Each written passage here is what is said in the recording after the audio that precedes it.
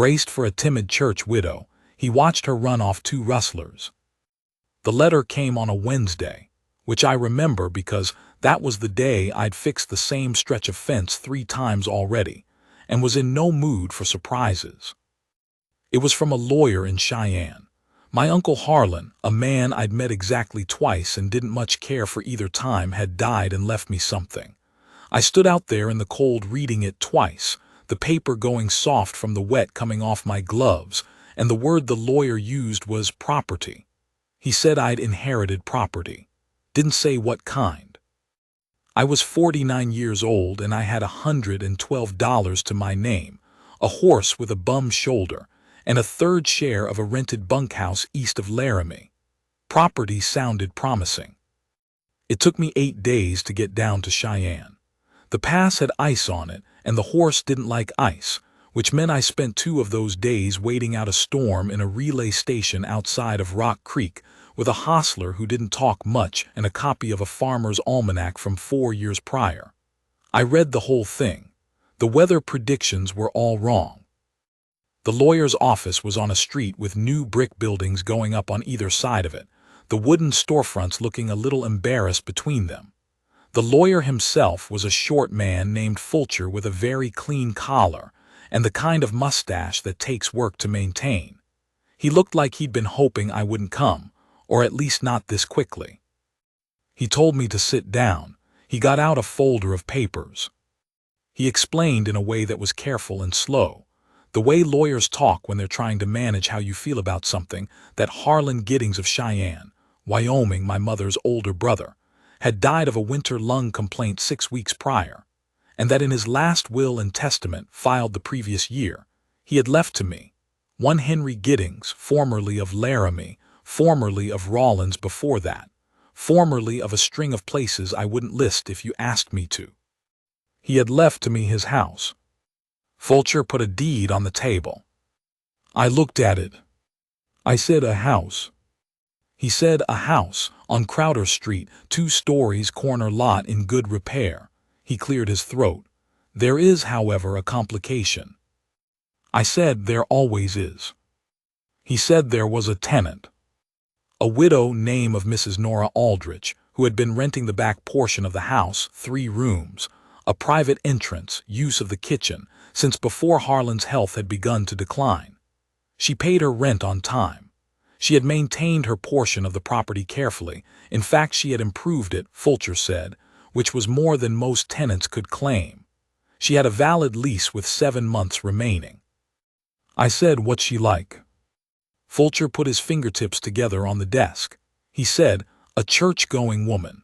The widow of Deacon Aldrich from the First Congregationalist, a well-regarded man, died last spring. Very quiet, I understand. Very proper. Keeps to herself." He said it with that particular tone people use about a person they think needs protecting, the way you describe a bird with a mended wing. Very quiet. No trouble. Very proper. I pictured her on the way out of his office. You do, you can't help it. I had a whole portrait built by the time I reached the end of the block.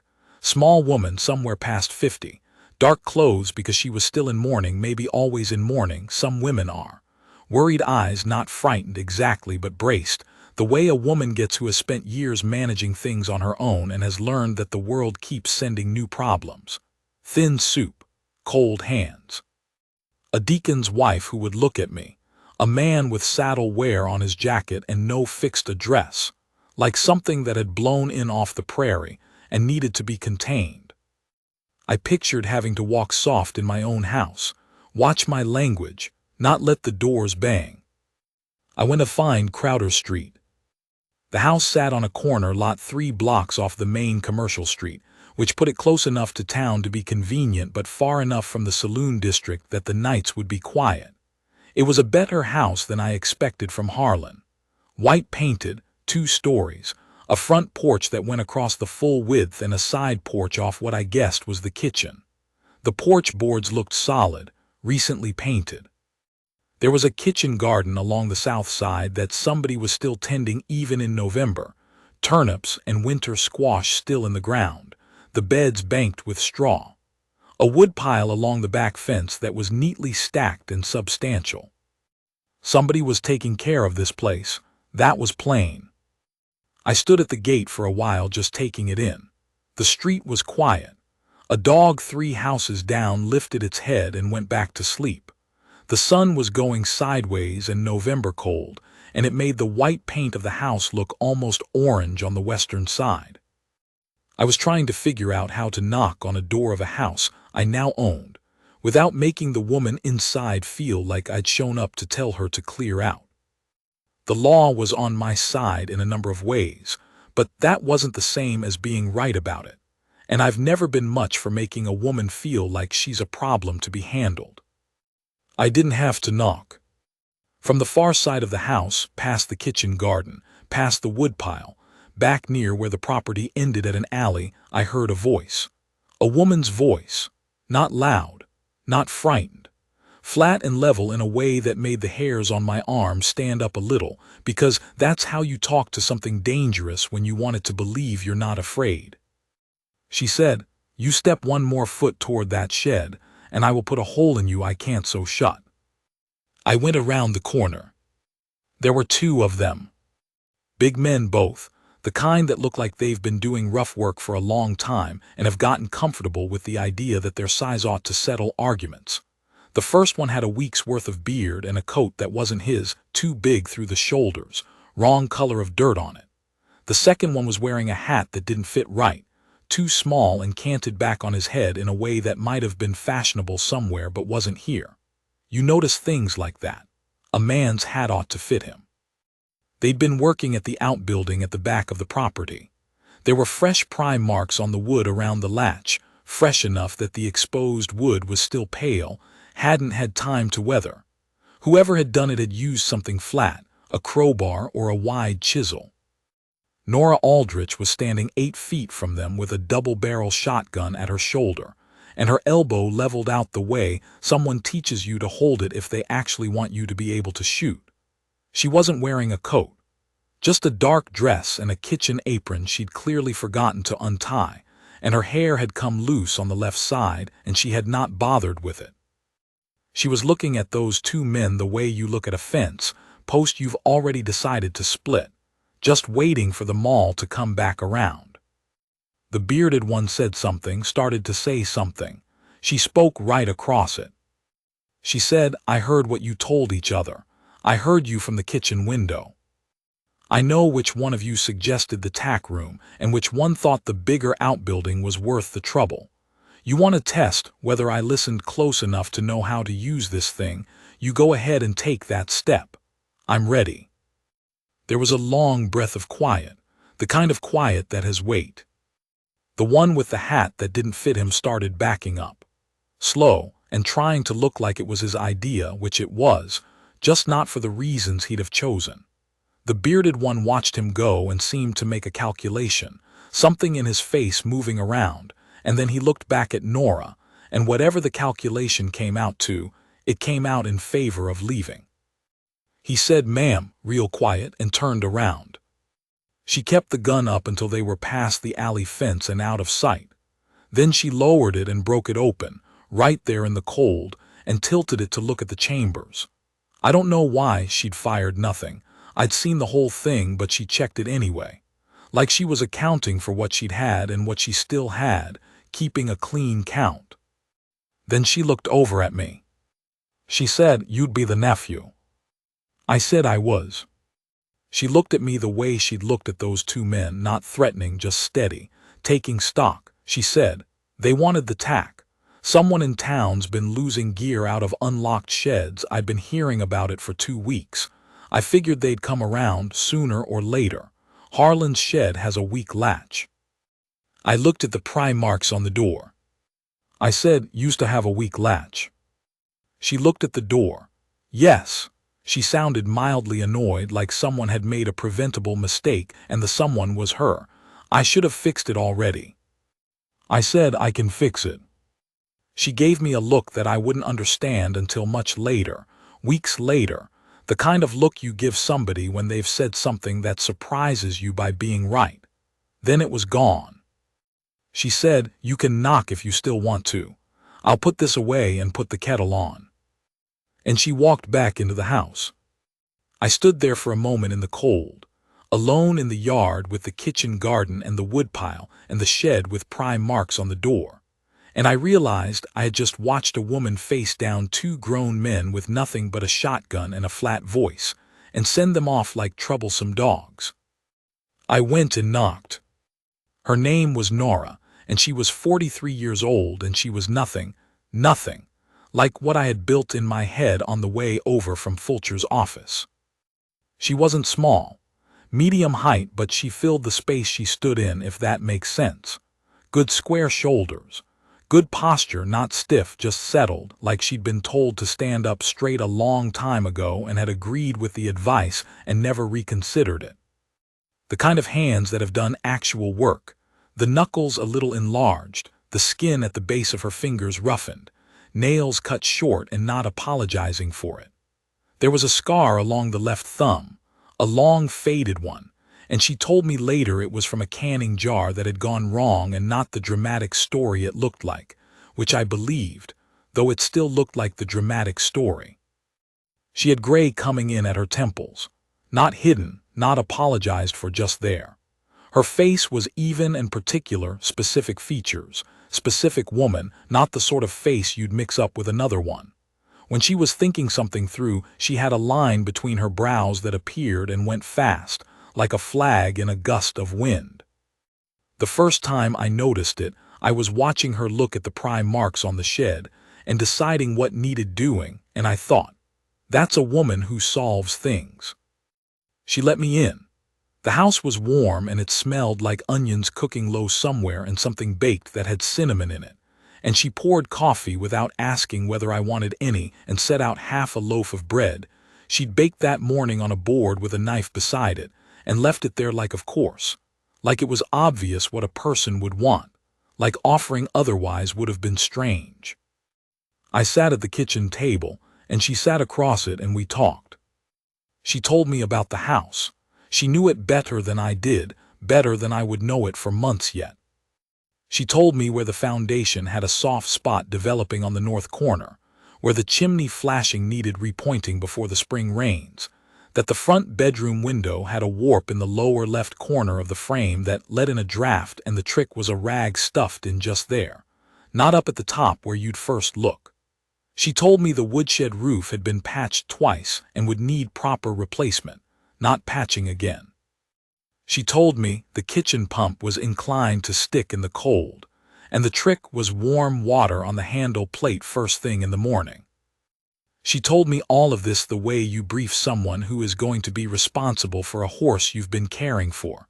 Practical, a little proprietary, not apologetic about knowing more than me. I told her I had no intention of disrupting her lease or her arrangements, that she had months to run, and I wouldn't ask her to leave before her time or use the inheritance as a way of making her feel less than secure. I said it straight because it was true, and because people in her position needed to hear true things straight. She looked at me for a moment.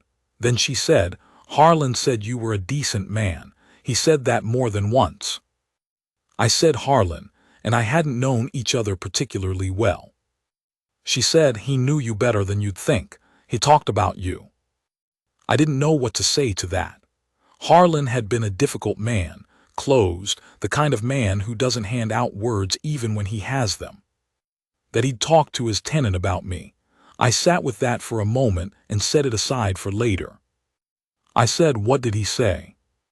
She picked up her coffee. She looked at the table between us, then back up at me. She said, "He said you'd gotten a bad hand early and played it poorly, and then gotten older and played the bad hands better, and that he thought you were probably a better man than you'd had much occasion to show." It was so plainly, exactly what I would not have expected Harlan to say, that I didn't answer right away. She said he wasn't always an accurate judge of people, but I think he might have been about you. I had planned to stay in town a few days, deal with Fulcher's paperwork, decide about the property, and then go back to Laramie. I had work there, or anyway the shape of work, the bunkhouse arrangement, some loose employment at the outfit east of town that wasn't fixed and wasn't going to grow into anything. A man can mistake the absence of a reason to leave for a reason to stay, and I'd been making that mistake in Laramie for going on 2 years. I found a room above the livery stable.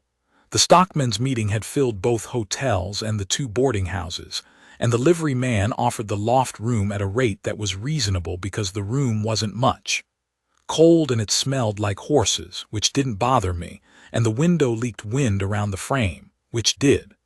I stuffed a rag in the lower left corner, thinking of Nora telling me the trick, and it helped. I spent the first 3 days doing Fulcher's paperwork and walking the outside of the property, getting a picture of what I'd inherited. The foundation's soft spot was on the north corner, exactly where she said. I dug down with a long nail to feel the sill plate underneath and found rot starting, not advanced, maybe a year before it was serious, but there. The chimney flashing was pulled away from the brick in 2 places. The shed roof was 3 layers of old shingles over a base that was going soft, and she was right, it wouldn't patch again. The porch boards were in good shape. The fence line was in good shape. The kitchen garden beds were better maintained than anything I'd have done. I made a list. The list got long, and by the 3rd page I'd started putting rough cost estimates next to things, and when I added it up the number was the kind that sits on you. On the 4th day I went and knocked on the back door, the kitchen door, the one that opened onto the side porch in the garden, which I understood by then was her door, and asked if she had any objection to me doing the repairs myself rather than hiring the work out. She asked how much I knew about foundation work. I said enough to fix what was there. She asked about the chimney.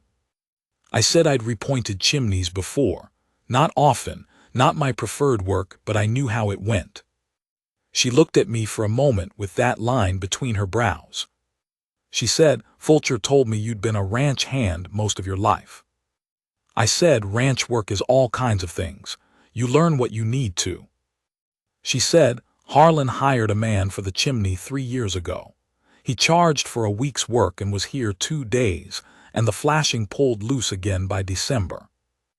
I said, "I'll be here until it's right." The line between her brows came and went. She said, "I have one condition."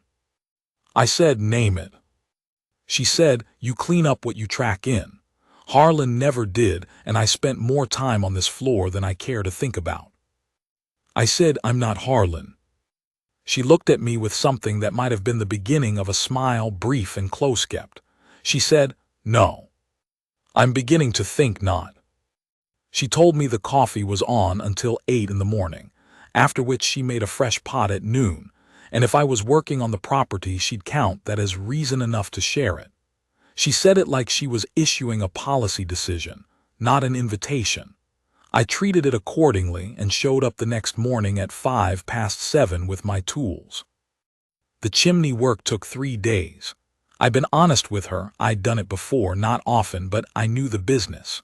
You clean out the old mortar first, brush the joints, mix the new mortar wetter than you think you should, press it in, tool the joints before it sets up hard, and cover it with a damp cloth so it cures slow. The flashing was a separate problem. The old tar had failed along the back edge, and I had to reflash it entirely rather than patch, which added half a day.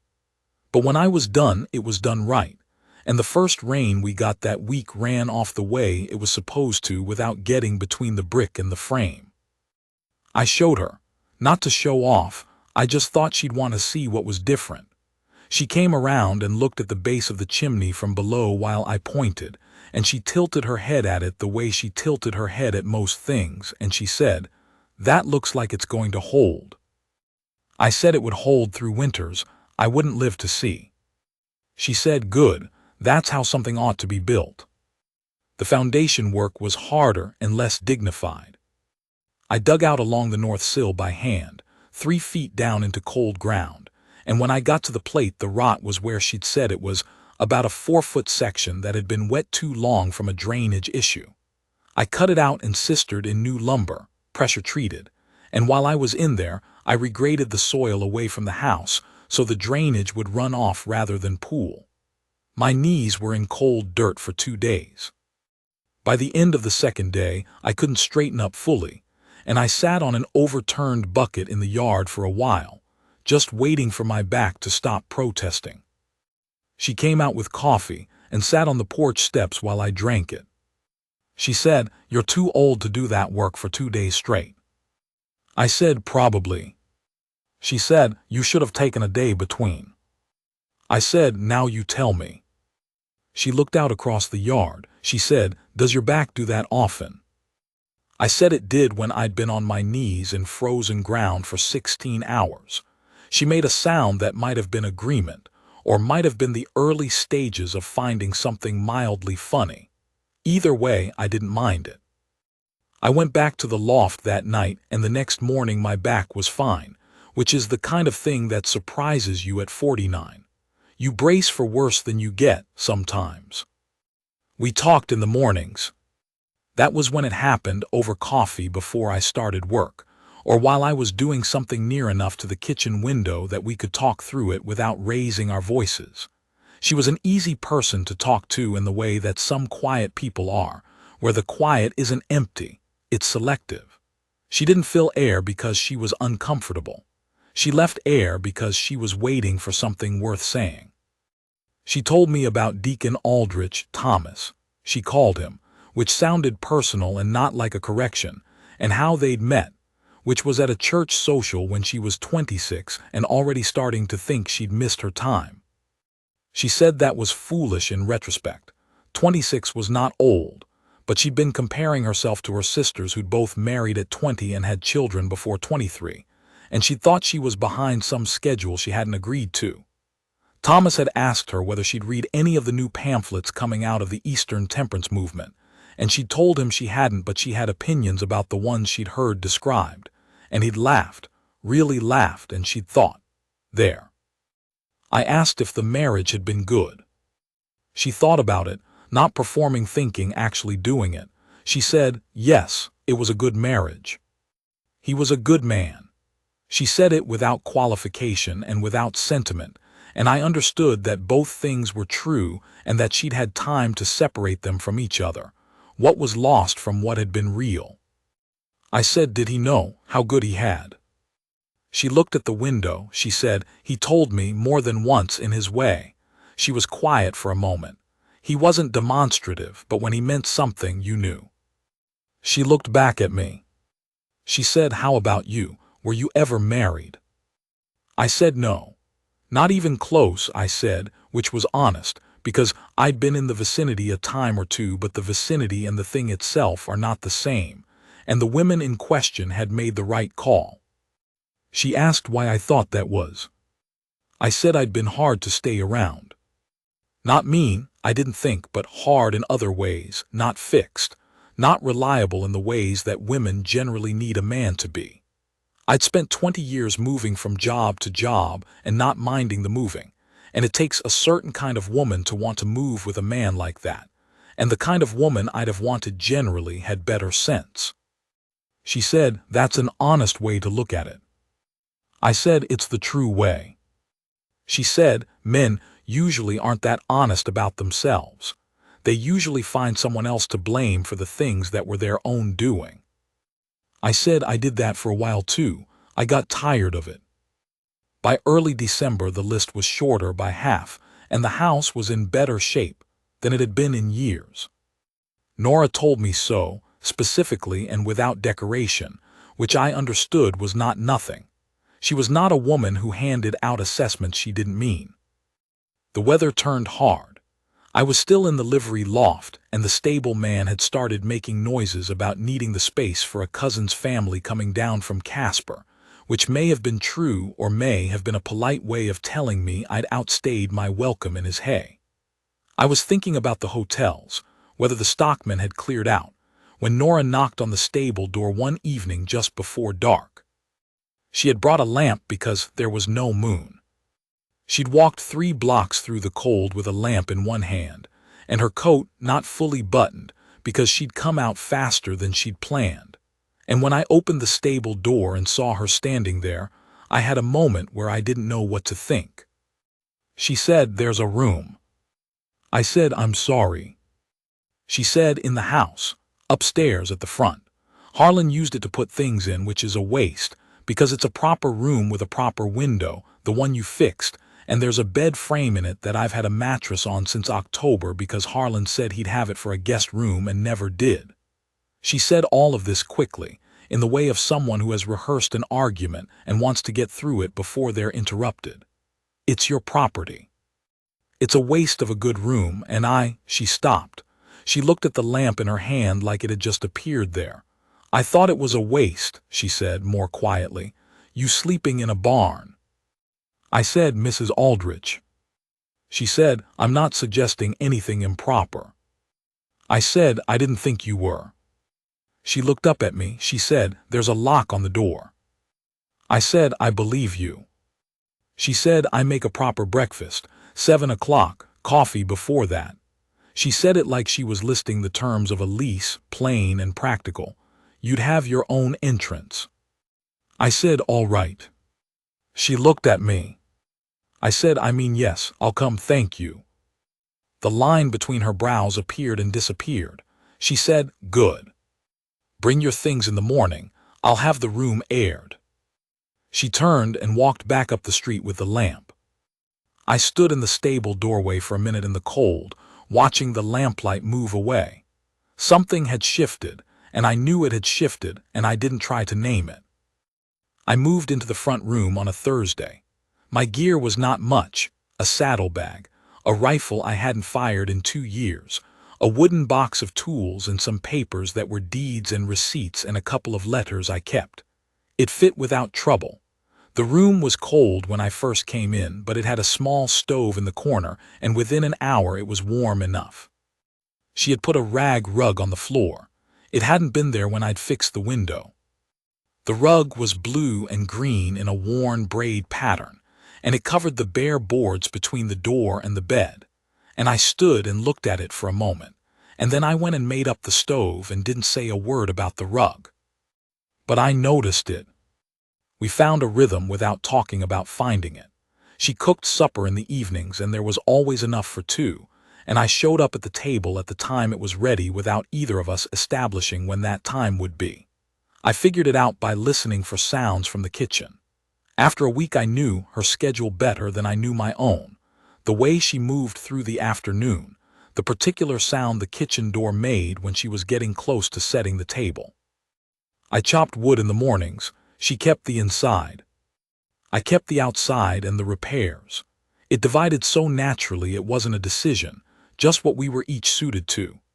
I'd get up and the stove in the kitchen would already be going, coffee on, and I'd take a cup and go out and do whatever the morning needed and come back in for breakfast, and we'd eat more or less in silence, or not in silence, just quietly, talking when there was something to say and not otherwise.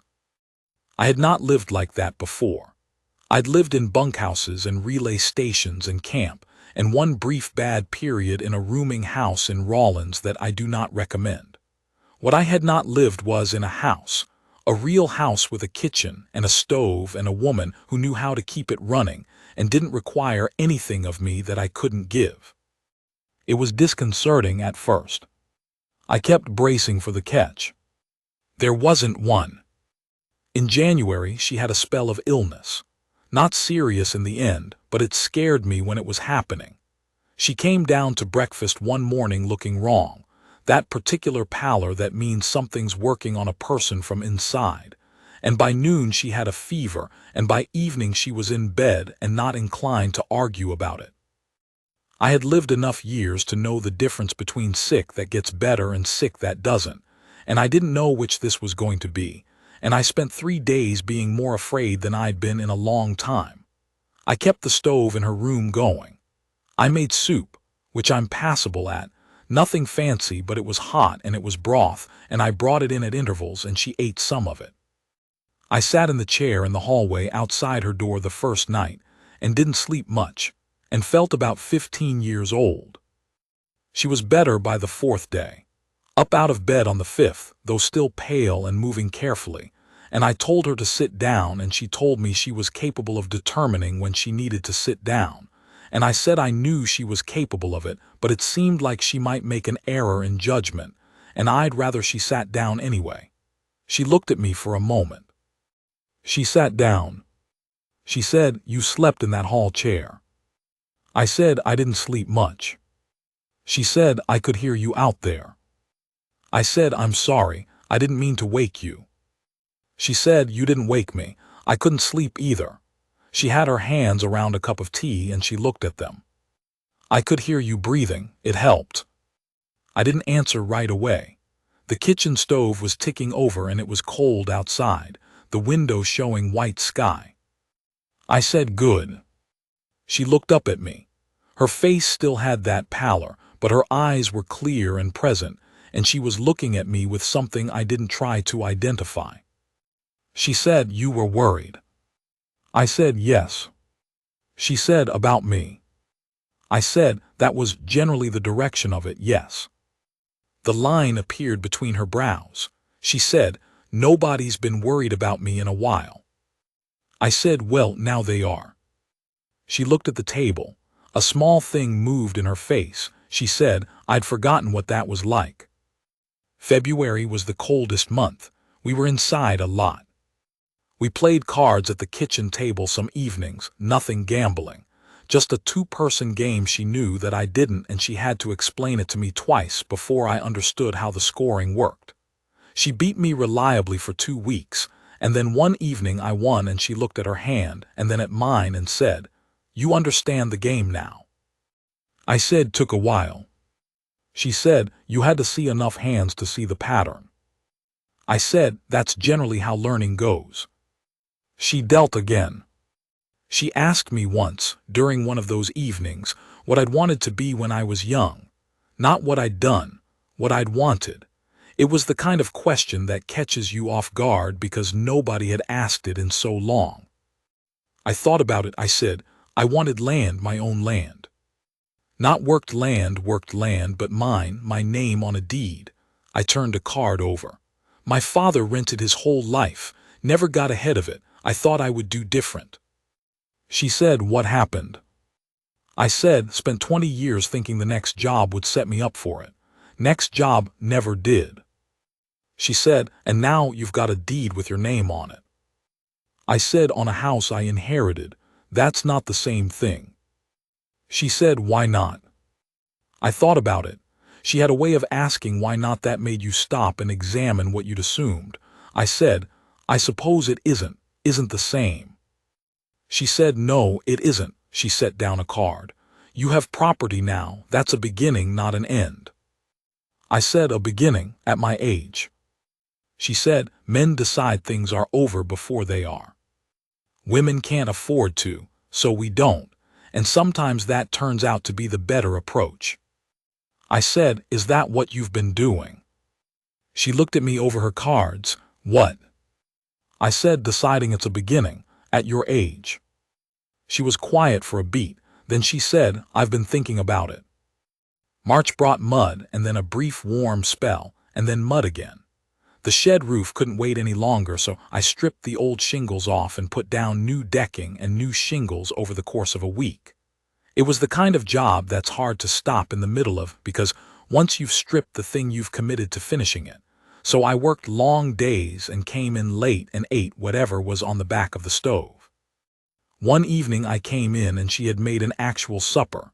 Not soup, a proper supper, roasted chicken with biscuits and some kind of cold weather vegetable that she'd put up in the fall, and I was too tired to identify clearly. I sat down and ate most of it without saying much, and after a while she said, "You're not going to say anything about the chicken?" I said, "It's very good, I'm sorry. I was thinking about the ridge beam." She said, "What about it?" I explained. She listened. She asked a question about the ridge beam that showed she understood what a ridge beam was and what it did, and I answered it, and we talked about the ridge beam for a while, which sounds like a strange supper conversation but wasn't. It was just ordinary, and then we talked about other things. I said, "Where did you learn to cook like that?" She said her mother had taught her, and before her mother, There was a grandmother who had learned in a kitchen in Pennsylvania and brought it west. She said her grandmother had cooked on an open fire for 6 years before she'd had a stove, and that the woman's biscuits were still the best thing she'd ever eaten. I said, "Yours are close." She said, "That's the nicest thing you've said about my cooking." I said, "I didn't know you were keeping account." She said, "I'm always keeping account." I didn't know if she was joking. I looked at her and I couldn't tell, and that was the thing about Nora. The humor came from the same face as everything else, same level voice, and you had to know her a while before you started to catch it. I was starting to catch it. In April, she told me about the months after Thomas died. We were walking the property line, which had become a thing we did on Sunday afternoons, not for any reason except that she liked to look at the garden beds in the light, and I liked the walking. She had her hands in her coat pockets, and the light was the long, flat April light that makes everything look like a painting that's not quite finished. She said, "After he died, I didn't leave the house for 2 weeks." I said, "That's not unusual." She said, "I know, but the reason was I wasn't grieving. Or I was, but I also I didn't know what to do with a day. We had been a unit for 11 years. I knew what Thomas needed and when and how to make things right for him, and without that I just stood in rooms." She stopped and looked at the turnip bed, which was bare still, not planted yet. She said, "I was afraid I'd forgotten how to be a person without someone else to organize around. I was afraid that was all I was." I said, "But it wasn't." "No, but I had to find that out." She walked again. "I started the garden again, that was the first thing, and then I started cooking properly for myself, not just making do, actually cooking. And then I wrote a letter to my sister that I'd been putting off for 2 months. She glanced at me. Harlan came around about 4 months in. He asked if I wanted to rent the rooms. I think he just wanted to see how I was doing, and that was how he did it, by offering a transaction. She smiled a little. He was not a demonstrative man. I said no. She said, "He asked me once how I was managing, and I said well enough, and he said he thought so. He said he thought I was tougher than I looked. And I said I wasn't sure that was a compliment, and he said," she stopped, smiled again, more of it showing. He said, "I mean it the other way. You look plenty tough, but you're tougher than that." I said, "That sounds like him." She said, "It was the nicest thing he ever said to me." I thought about that Harlan, who I'd known for 2 visits and through a lawyer's letter, who had apparently spent the last years of his life watching this woman get her ground back under her and thinking she was something, who had told her his nephew was a better man than he'd had occasion to show. I said I didn't know him. She said, "You're like him." I looked at her. She said, "Not in the difficult ways, in the underneath ones. He didn't say unnecessary things, and neither do you. He did the work himself, and so do you. He was harder on himself than he ever was on anyone else." She looked at me. "I think it's a family tendency." I said, "You might be right." She said, "I usually am." This time I caught the humor, just barely at the edge of it. I had not thought about leaving in months. This was a thing I noticed only when I tried to locate the thought and couldn't find it. In Laramie, I'd always had one foot pointed toward the door, even when there was no particular reason to go anywhere. Just a habit, a readiness, the kind of coiled unease you develop when you've spent enough time places that didn't want you. It wasn't there now. I sat with that for a while one morning on the porch before she was up, drinking coffee in the early light. The street was quiet. The garden was starting, she'd put in the first beds, and the green was just showing, hair-thin, at the edges of the soil. The porch boards were solid under me, mine to sit on, my house, and I thought, this is what it feels like. I didn't know how to make it permanent without ruining it. That was the thing I kept coming back to. There are arrangements that work precisely because they're not named, and the minute you name them, you've changed them, and sometimes you change them wrong. I'd seen men do that, speak too soon, and watch something good fold up and go away. But I'd also seen men wait too long. She asked me directly in May, We were at the kitchen table in the evening.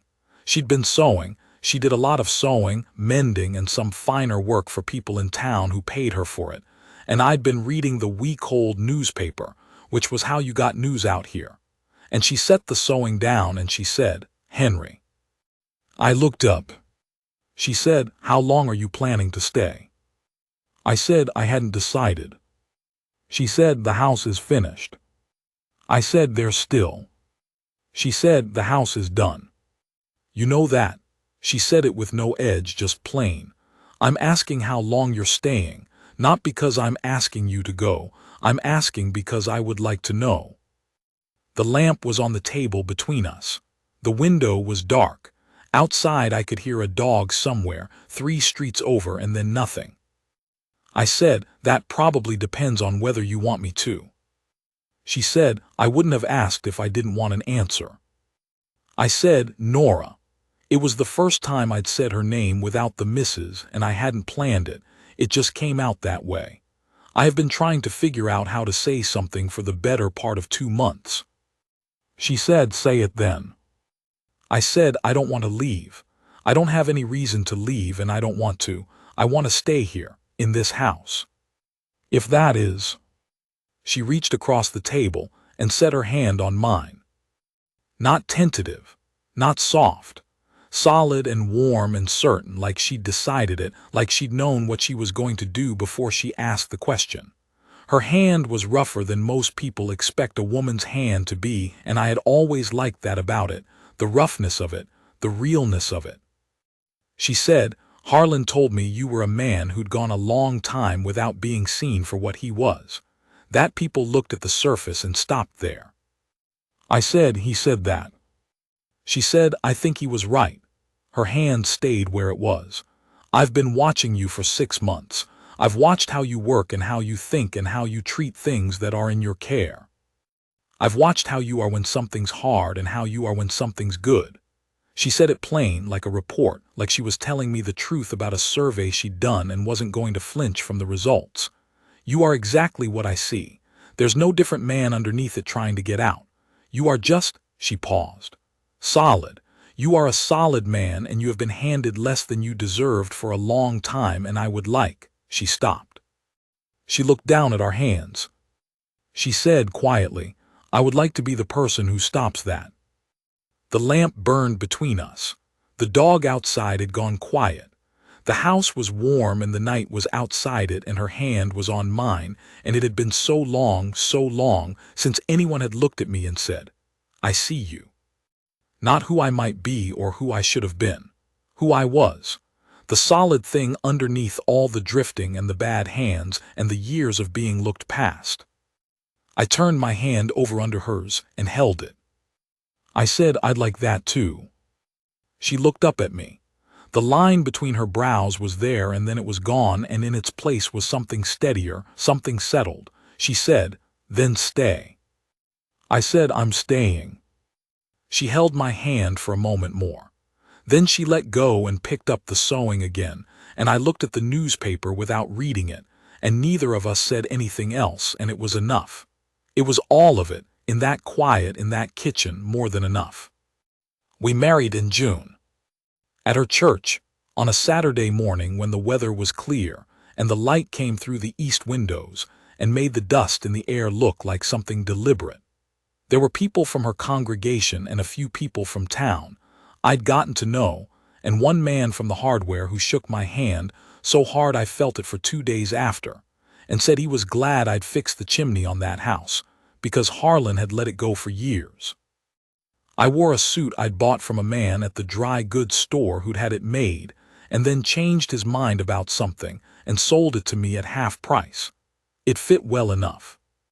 Nora wore dark blue, not the black of mourning, and she had a spray of something small and yellow at her collar, and she walked up the aisle at the side of her sister, and she looked at me when she came through the door, and I looked back, and we both knew what we were doing, and we both chose it. The preacher said the words, and we said the ones we were supposed to say, and when it was done, I put a ring on her finger that I'd bought from a jeweler on 2nd Street. It was a plain band, silver not gold, and she'd chosen it herself, which seemed right, because she wasn't a woman who let other people choose what she wore. Afterward, there was food at the church hall and people talked, and some of them looked at me with that particular curiosity that attaches to a stranger in a small town. Where did you come from? What do you do? How long are you here? I answered the questions. She stood near me and occasionally looked at me the way she looks at things she's taken charge of and is pleased with, and I found that I liked that look very much. Her sister pulled me aside and said Nora hadn't been happy since Thomas died and that she was glad. She just wanted me to know she was glad. I said I was too. She said, "She told me you fixed everything in the house before you said a word about anything else." I said that was roughly accurate. She looked at me like that explained something she'd been wondering about, and she went back to the other end of the hall. That was 4 years ago. 4 years in this house, on this corner lot, on Crowder Street in Cheyenne. There are things you know after 4 years. You know where a person keeps each thing and why. You know the sound of her step in the morning, which is brisk, and the sound of it in the evening, which is slower when she's tired and has a lighter quality when she's thinking about something she wants to tell me. You know how she takes her coffee, and when to give her silence, and when the silence has gone long enough and needs a word in it. You know the exact way she holds a shotgun, and you know it's better than most men you've met. I tend the kitchen garden now mostly. She still makes the decisions about it, what gets planted where, what gets put up for the winter, when to pull things and when to wait, but I do most of the digging and the staking and the work that involves being on my knees in the soil. My knees are not what they were at 40. My back is not what it was. But the work is what it is, and you do it because it needs doing, and because the person you love has her hands full with other things. The shed has a new latch, has had one since about a week after I moved in. Nobody has pried at it since. She still has the shotgun over the kitchen door. I checked the load when she wasn't looking the first winter and have checked it every winter since.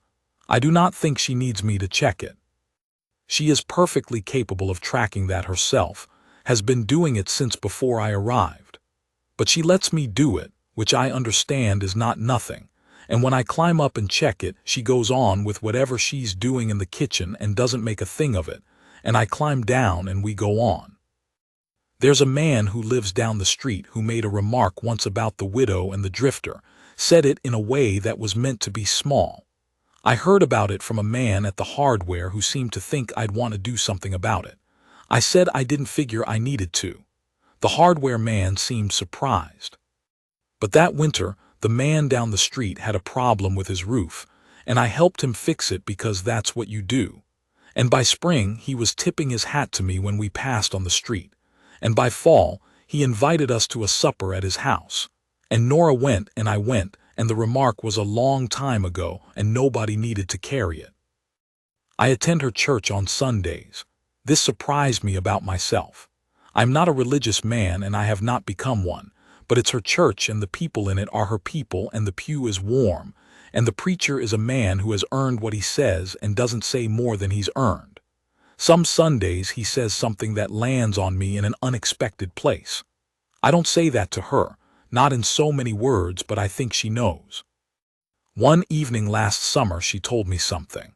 We were on the porch in the long evening light, the kind of light that comes in June and July that turns everything that particular gold that makes you understand why people tried to paint it. She told me she'd made peace with being alone before I came. That she'd gotten through the hard months after Thomas and had found her footing, and had started to think that maybe she was suited to living alone, that maybe she was one of those people whose particular life didn't include another person's, and that she had started to be at peace with it. She said she'd been wrong, but not in a way that cost her. She said she'd been glad to be wrong. I asked her what had changed her mind. What about me specifically? She said, "You stood at the gate." I said, "I don't understand." She said, "When you first came, you stood at the gate in the cold. You were trying to figure out how to knock on a door without frightening me." She looked at me. "You'd never met me. You owed me nothing, nothing. That house was yours by law, and I was a lease you were legally entitled to work around. And you stood there trying to figure out how not to be a threat to a woman you didn't know." I said, "That's just common decency." She said, "Yes, but a lot of men don't have it, and the ones that do usually don't think about it that way. You were thinking about it."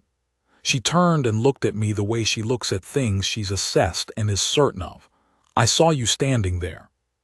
I came around the corner in time to see you before those men showed up. You were just standing there with your hat in your hand thinking about another person." She said it simply. I thought, there is a man who thinks about other people.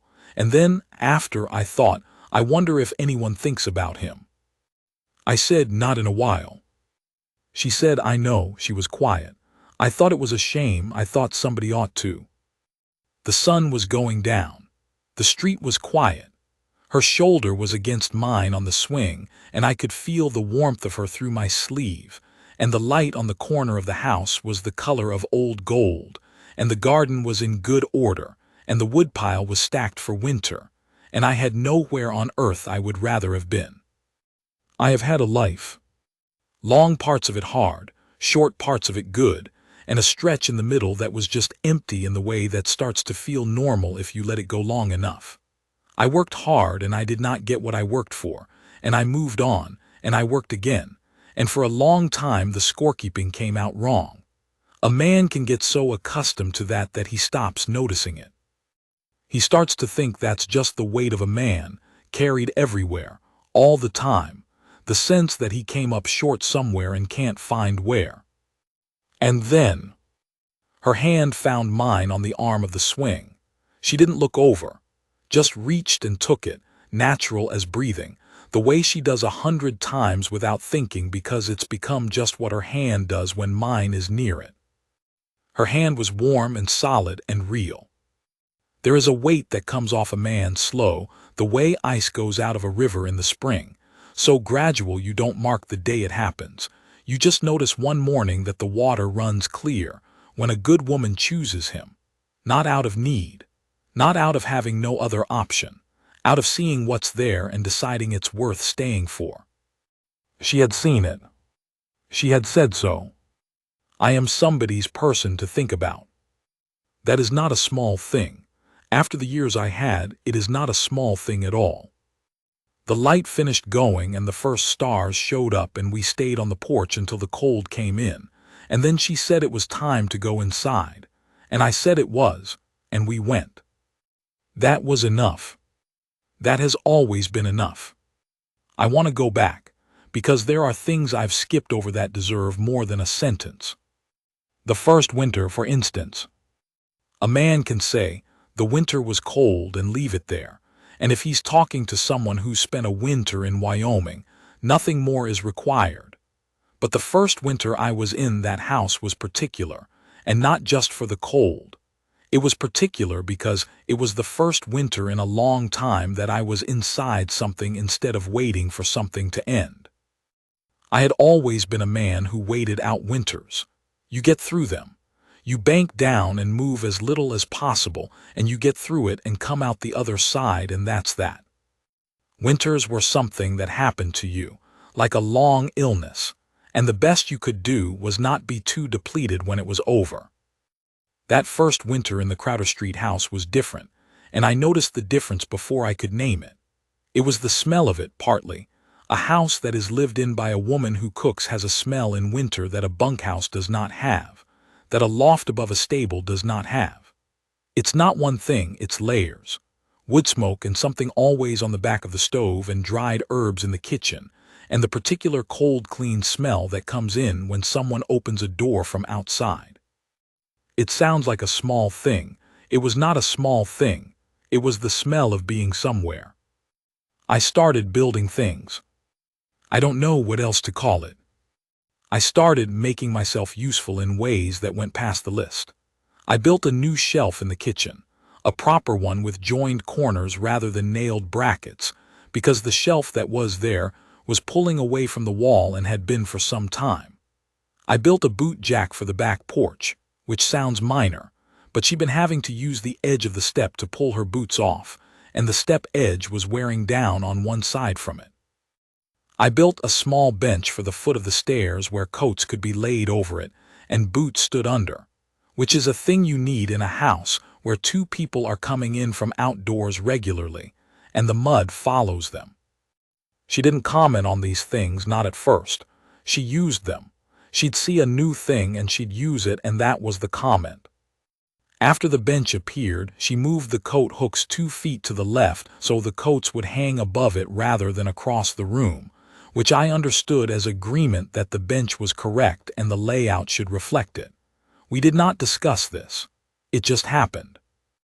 One evening in January, this was before her illness, the week before, she came to find me in the small parlor where I'd been working on a chair with a cracked leg, and she stood in the doorway and looked at what I was doing, and she said, "You built that bench." I said I had. She said, "And the shelf?" I said yes. She said, "What else are you planning?" I said I wasn't sure. I said I'd been thinking about the front porch. There was room for a swing on the west side, and the west side got the afternoon sun, and a porch swing on the west side would be. She said, "Build it." I said, "All right." She said, "I haven't had a porch swing since my mother's house." She said it quietly, not asking for anything, just saying a true thing. I looked at the chair leg and said I'd have it done before the warm weather. She said good night and went to bed, and I kept working, and I thought about her on her mother's porch in some other summer, some other life, and I thought, she deserves a porch swing. That's not a complicated thing. She deserves a porch swing, and she's going to have one. I built it out of white oak. It took a week because I wanted the joints tight and the finish good, and I hung it on the west porch the second week of March, just before the real warm came. She sat in it the first evening, and she didn't say anything about it for a long time, just sat in it and looked at the street, and then she said, "This is well made." I said it ought to hold for 30 years. She said, "Good."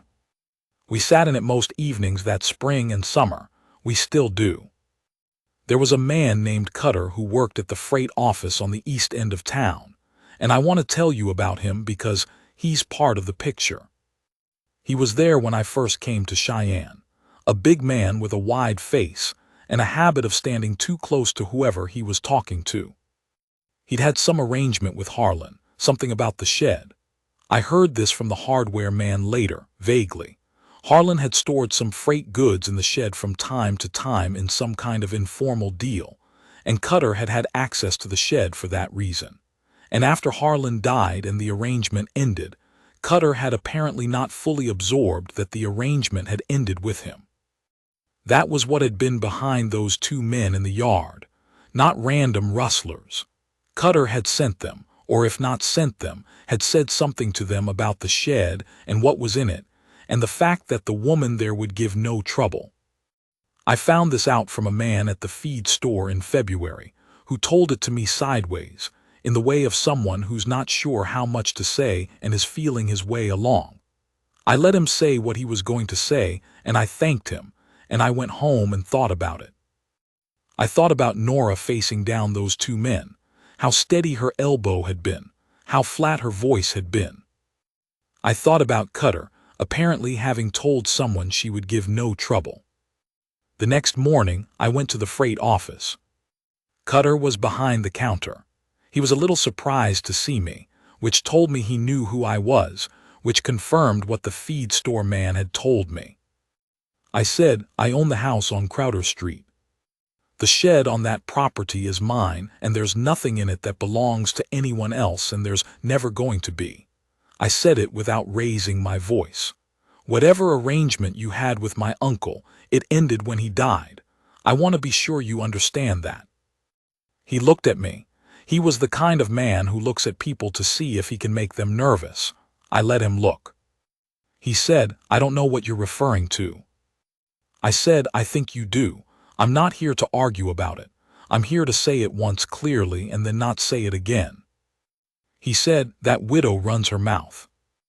I said, "She doesn't actually. That's one of the things I like about her." I put my hands on the counter and leaned forward just slightly. "She is my wife now." That changes the nature of this conversation, and every future conversation. He looked at me. I said, "I want to be sure we understand each other." He said slowly, "I don't have any business on Crowder Street." I said, "Good, let's keep it that way." I straightened up and I left, and I never had another problem with Cutter. He moved on from the freight office by the following fall, don't know where, and I didn't look for him. I didn't tell Nora about it until the spring, and when I told her she said, "I wondered if it was him." I said, "You knew?" She said, "I suspected. I recognized the one with the wrong hat from having seen him at the freight office." She looked at me. "What did you say to him?" I told her.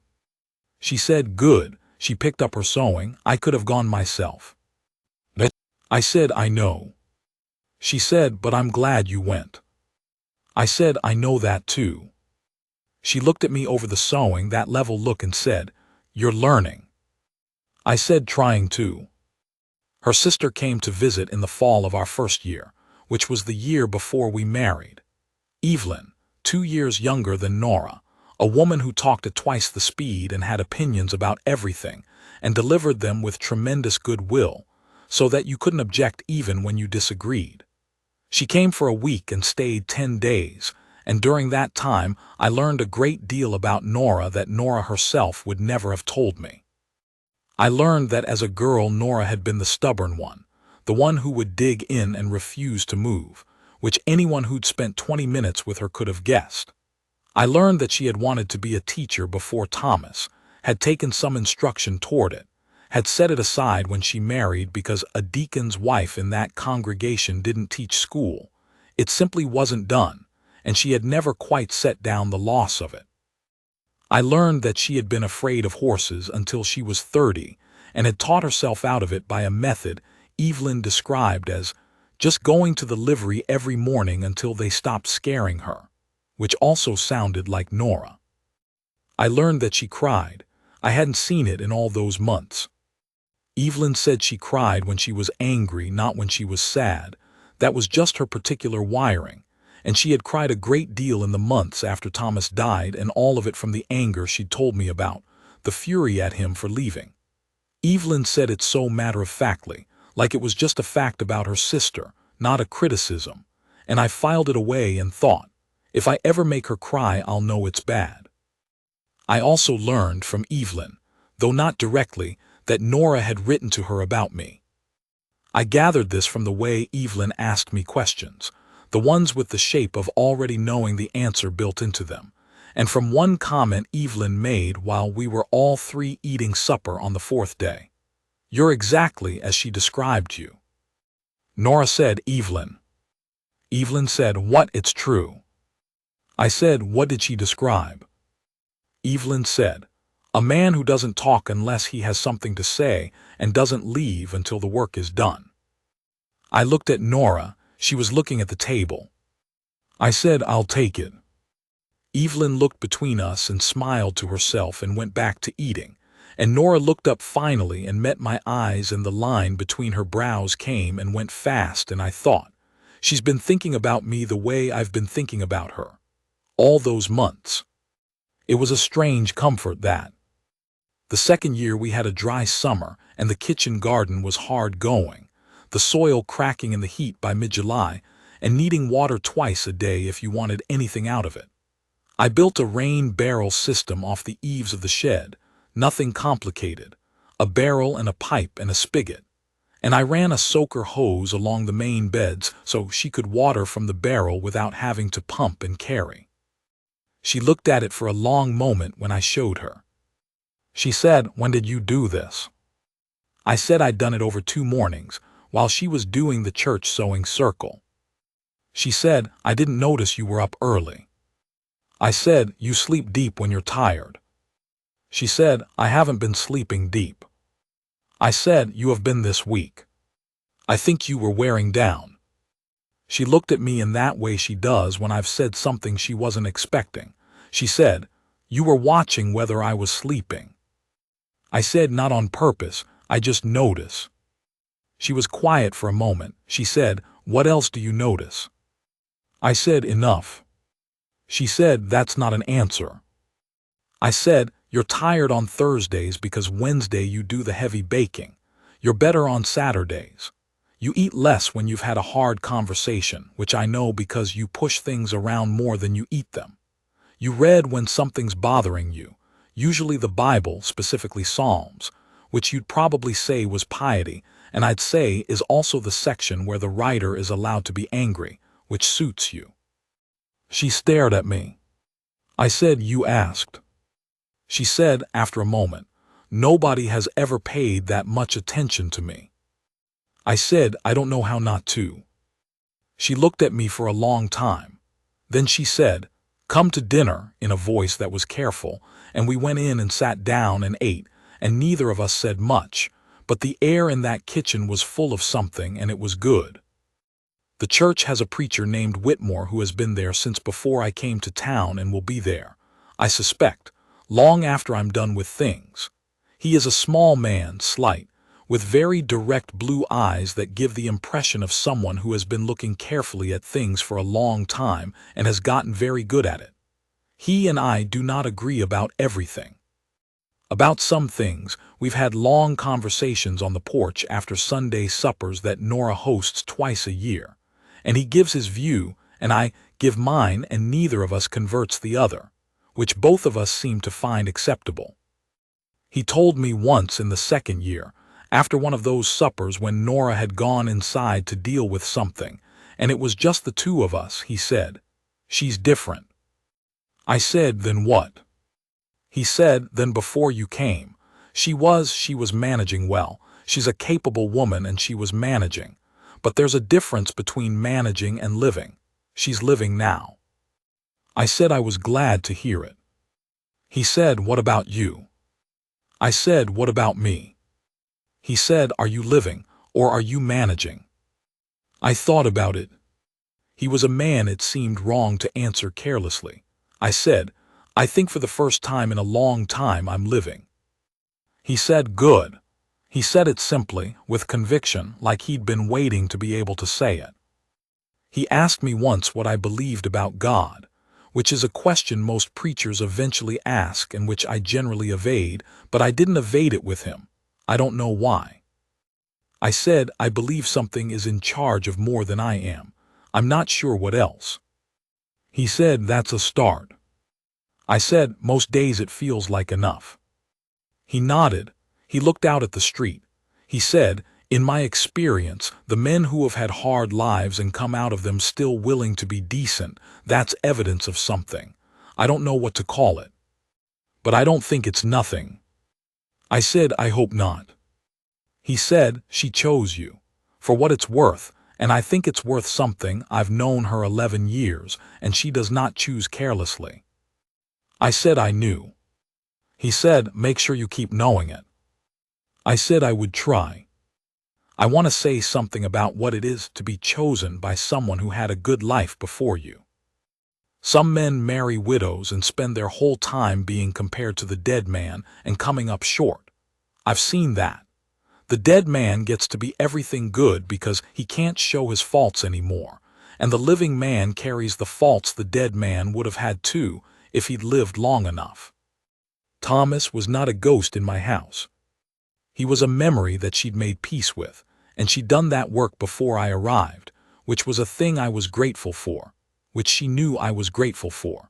She kept a photograph of him on the shelf in her room, a small photograph in a leather frame, the kind photographers made in the 60s, and I had never moved it and never would, and she had never asked me how I felt about it, because she'd understood from the beginning that it was not a thing she owed me an explanation for.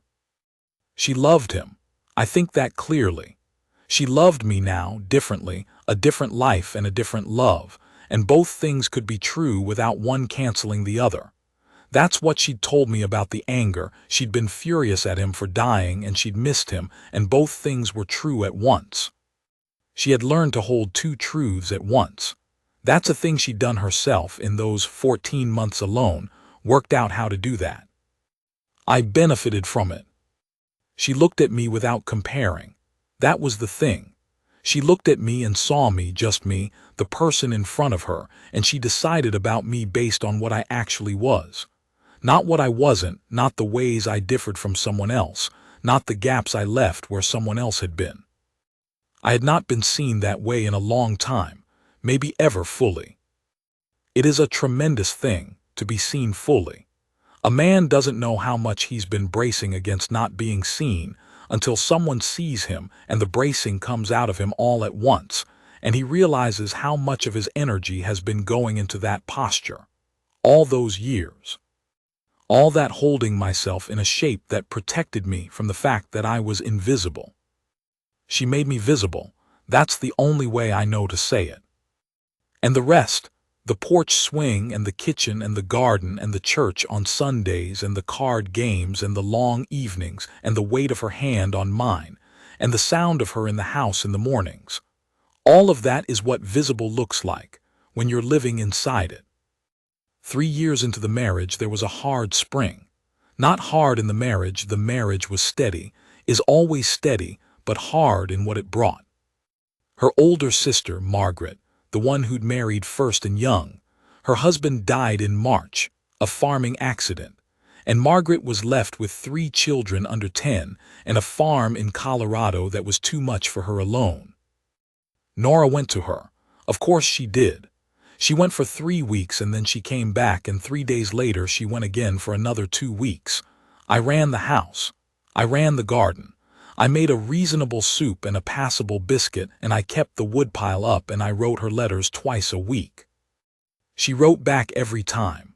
Long letters, longer than I would have expected, full of the small daily things, what the children had done, what the farm looked like, what she and Margaret talked about in the evenings. She wrote like someone who knew I wanted to know, like she wasn't editing out the details because she thought they were too small. She wrote it all and she sealed it and sent it, and it would arrive in 3 days, and I'd read it at the kitchen table in the quiet, and the house would feel less empty.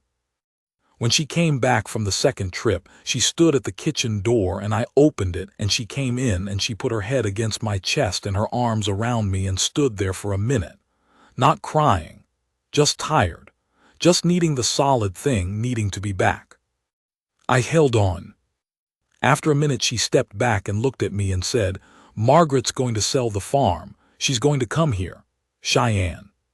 She wants to know if we'd have room." I said, "Of course we would." She said, "The children." I said, "All of them." She looked at me. The line came and went between her brows. She said, "The children are loud."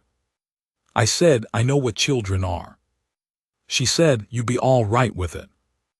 I said, "Nora, tell Margaret to come." She looked at me for a long moment. Then she reached up and put her hand against the side of my face, just briefly, and said, "Thank you." I said, "Don't thank me for it." She said, "I'm going to anyway." Margaret and the children came in June of that year. They stayed 8 months, which was longer than anyone planned, while Margaret found work as a seamstress and saved enough to rent a small house 2 streets over. Those 8 months were loud, and they were chaotic in the way of small children who have lost their father and are working out what that means, and they were the best 8 months in my memory. I don't know how else to say it. I'm a man who spent 30 years alone in bunkhouses, and I had thought I was suited to it. And then I had 8 months of a house full of people who needed things at all hours and made noise at breakfast, and left their things everywhere, and came to find me when they were scared or hurt or bored, and I discovered I had been wrong about being suited to alone. The oldest child, a boy named Will, was 9, and he was the one who attached to me in the particular way that boys sometimes do to men who pay them attention. I paid him attention. I taught him to use a hammer properly, not just bang nails but set them, think about angle and grain, start the nail slow. I showed him how to read a level. I let him help with the small things and watched him figure out the larger ones for himself. He came and found me in the yard one afternoon and said, "Mr. Giddings." He called me Mr. Giddings. Neither of us had figured out another name for it. He said, "Mr. Giddings, how come you know how to do all these things?" I said, "I've been doing them for a long time." He said, "Did someone teach you?" I said, "Some of it. Some of it I figured out by messing it up first." He thought about that. He said, My father knew how to do farm things. I said, I know. He said, I don't remember all of it. I remember some of it, but I'm afraid I'll forget more. I said, tell me what you remember. And he did. He stood there in the yard and told me everything he could remember about his father doing farm things, and I listened all the way through without hurrying him, and when he was done I said, you remember more than you think. He said, do you think so? I said, I know so, I just heard it. He looked at me with the specific look of a child who has been told a useful thing by a trustworthy adult, and then he picked up the hammer and went back to what he'd been doing. Nora was at the kitchen window. I could see her there. She'd been listening. She didn't say anything about it. But that evening at supper, she put her hand briefly over mine at the table, just for a moment, just the touch, and I knew what she meant. Margaret and the children moved to their house 2 streets over in February, and the house on Crowder Street was quiet again.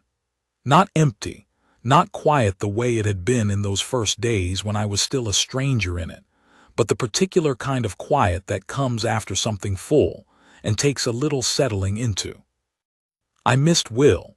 I'd see him 2 or 3 times a week when he came over for some reason or another, and Margaret brought the children to Sunday supper most weeks, so it wasn't a loss, not really. But the specific thing of him coming to find me in the yard when he had a question, I missed that. I told Nora. One evening just said it, I miss having the boy around. She looked at me, she said, I know.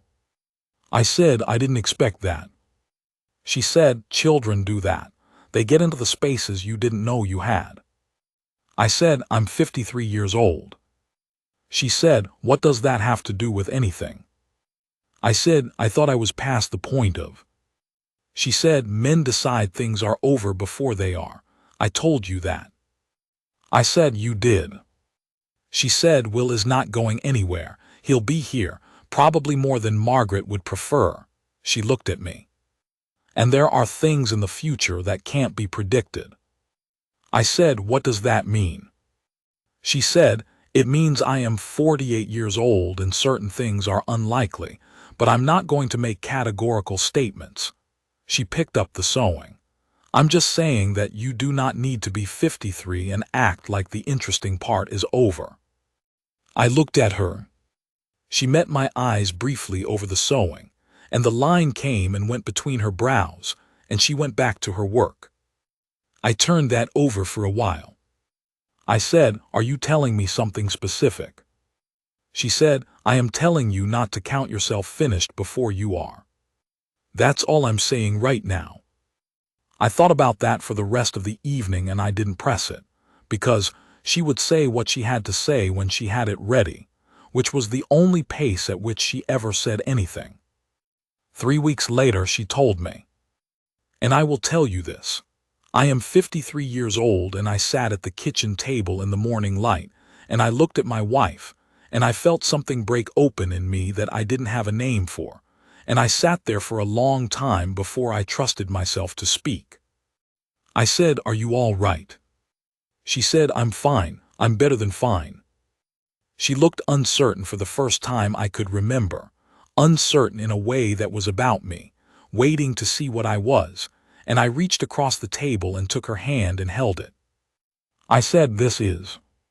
She said, I know. I said, I didn't know this was still.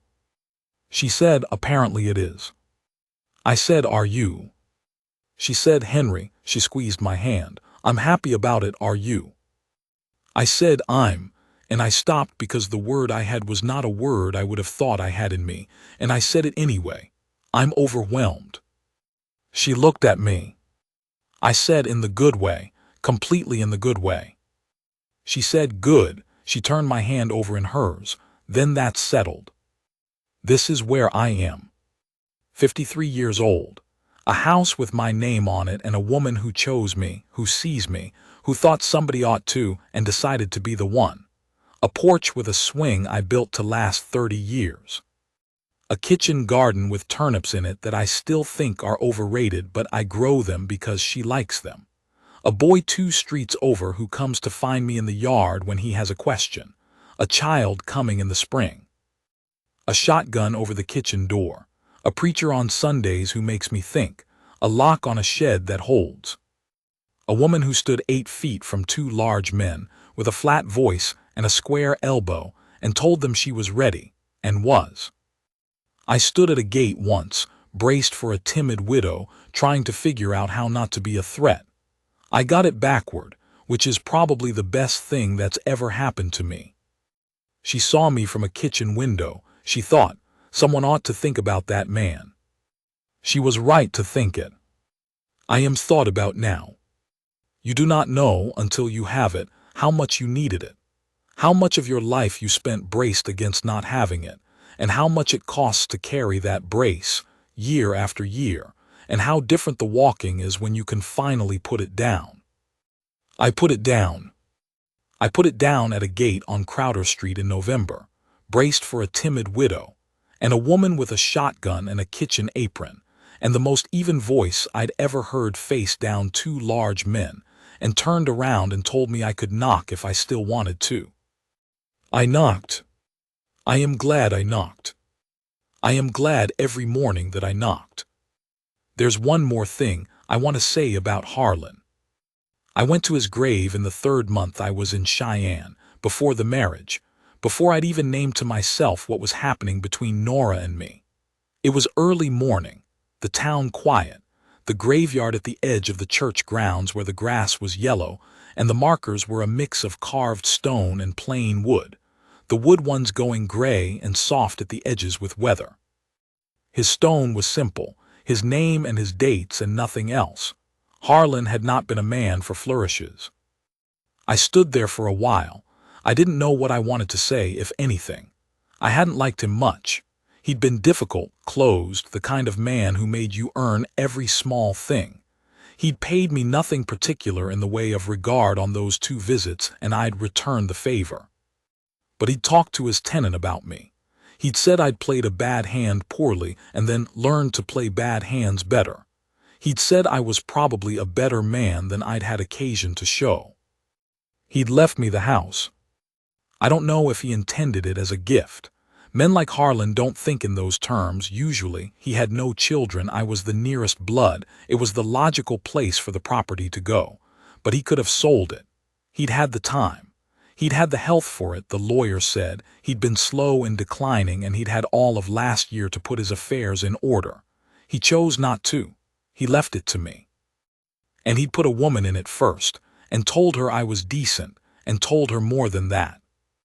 I stood at his grave and I thought about what a strange, closed, difficult man my uncle had been, and how it was possible that he had done me, at the end, an enormous kindness, and had done it in the way he did everything, without sentimentality, without explanation, by just arranging the practical fact of it and leaving me to work out what it was. I said out loud, "I'll take care of it." I meant the house, I meant all of it. The wind came through the grass at the edge of the graveyard and moved on. I took my hat off my head and held it for a moment, and then I put it back on, and I went back to Crowder Street. I think about the version of me that was braced for the timid widow. I think about the portrait I'd built in Fulcher's office, small woman in dark clothes, worried eyes, thin soup, walk soft, and don't let the doors bang. I had the whole thing drawn by the time I reached the end of that block. I think about how wrong it was. Not in every detail. She does wear dark clothes. She is not a loud woman. She did have that quality of needing to be approached with thought. But the spirit of it was wrong. The thing underneath the picture was wrong. I'd built a woman who needed protecting, and what I found was a woman who was protecting herself, and had been for a year and a half and was doing it well. I think about what it cost me in my life to be braced that way, to walk into a thing expecting it to be less than it was and to be right often enough that the habit stuck. That's what drifting does to you in the long run, not the moving. The moving is just moving, but the thing underneath it, the expectation that nothing is going to be what you need it to be, and so you'd better not need it to be. You build the portrait in advance, the diminished thing, so you're not surprised when it turns out small. She was not small. Harlan knew that. He'd lived next to her for years and he'd known she was not small, and he thought I wasn't either, and he set up the circumstance where we'd have to find that out about each other. That's what I mean about the enormous kindness, not the house, the introduction. The child will come in April. She is settled about it in the way she is settled about most things, not without anxiety. She has told me that the anxiety is present. She is 48, and she knows what that means, and she is not pretending otherwise, but settled in the sense of decided. It is a fact, and facts are dealt with, and worrying past a certain point is not useful, and she has never been a woman for not useful things. I am less settled. I have not said all of this to her, but she knows most of it. I lie awake some nights thinking about the 1,000 things that can go wrong, and she reaches over in the dark and puts her hand on my chest and says, "Sleep." And I don't always sleep, but I stop lying there in terror, which is the next best thing.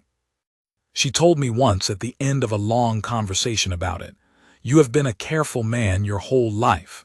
You have been careful with property and with tools and with animals and with people.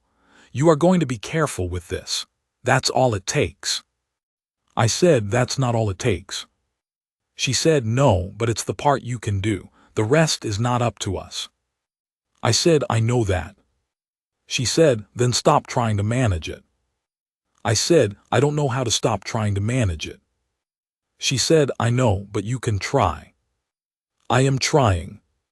She is not afraid, or she is, and she has decided to be the kind of afraid that moves forward rather than the kind that stops. She is teaching me to do the same. That is probably the last thing I would have expected from a woman I thought I was going to have to protect. But then, most things about her have been not what I expected. I am learning to expect less and see more. It turns out there is much more to see.